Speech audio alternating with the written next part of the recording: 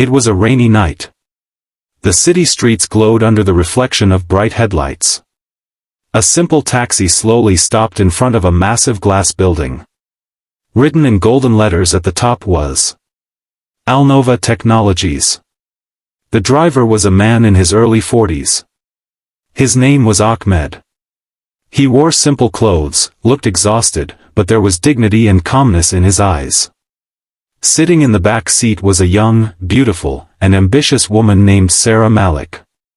At only 29 years old, she had already become the CEO of a billion-dollar company. As soon as the taxi stopped, Sarah spoke without even looking up from her phone. "How much?" 800 rupees, ma'am." Sarah pulled out a 1,000-rupee note, but after glancing at Ahmed's worn clothes, she smirked mockingly. "Your lives are strange. You spend your whole day taking other people to their destinations, but never reach anywhere yourselves." Ahmed quietly accepted the money. "Ma'am, everyone is fighting a battle you cannot see." Sarah laughed softly. "Save the philosophy. People like you are only good at driving." With that, she stepped out of the car and walked into the building. Ahmed remained silent for a moment, staring at the dark sky. Then he started the taxi and drove away. Ahmed lived in a tiny rented apartment with his 7-year-old daughter, Amina. She was his entire world. His wife had passed away years ago, leaving him alone to raise their child. That night, as soon as he entered the house, Amina ran into his arms. "Papa. You're late today." Ahmed smiled tiredly and stroked her hair. "Work was busy, princess." Amina excitedly showed him a drawing. "This is us," she said proudly. "And this big house is where we'll live when we become rich." Ahmed's eyes became wet, but he forced a smile. "One day, inshallah." The next morning, Sarah sat inside the company's massive boardroom. Several investors and executives were present. But the atmosphere was tense. The company's CFO nervously spoke. "Ma'am, our servers are under a massive cyber attack. Data is leaking right now. If we don't stop this within 48 hours, the company could collapse." Silence filled the room. Sarah slammed her hand on the table. "What are you all being paid for?" But nobody had an answer. At that moment, a security guard entered the room carefully. "Ma'am, there's a taxi driver outside asking to see you." Sarah frowned angrily. "I don't have time for drivers right now." The guard hesitated. "He says, he can save your company." The room went silent.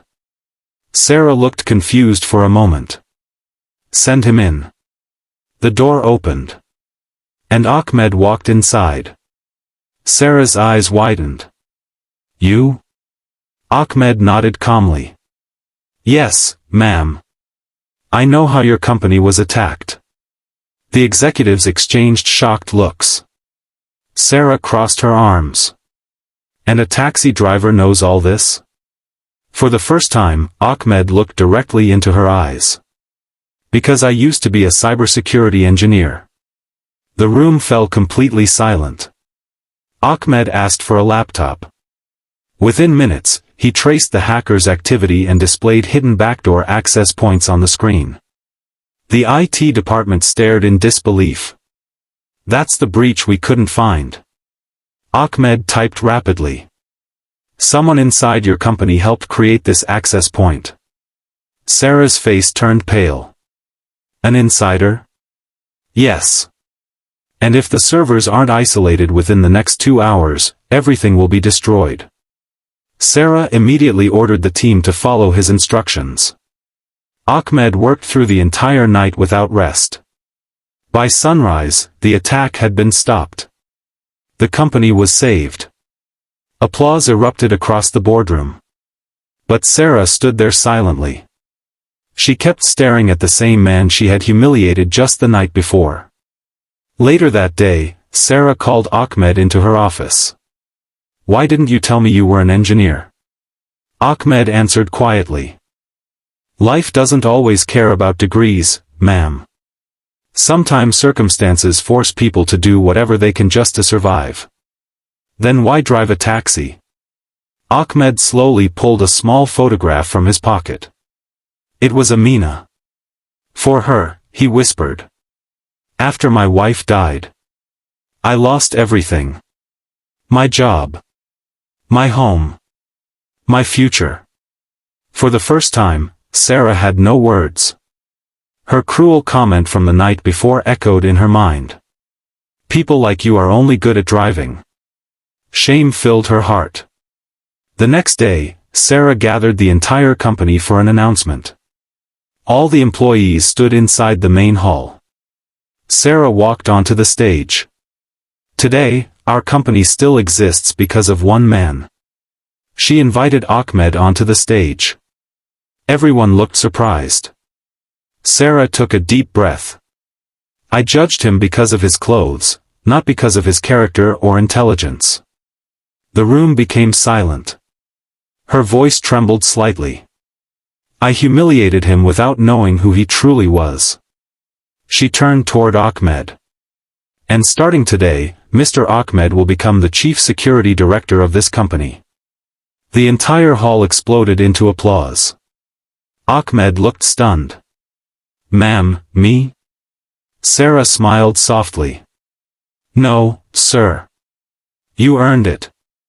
Several months later, the company had become more successful than ever before. Ahmed now held a respected position, and Amina was studying in one of the city's best schools. One evening, Sarah stood alone on the rooftop of the company building, staring at the glowing city lights below. Ahmed walked toward her. You wanted to see me? Sarah nodded slowly. I spent my whole life learning how to build a successful company, she said quietly. But I never learned how to truly see people. Ahmed smiled gently.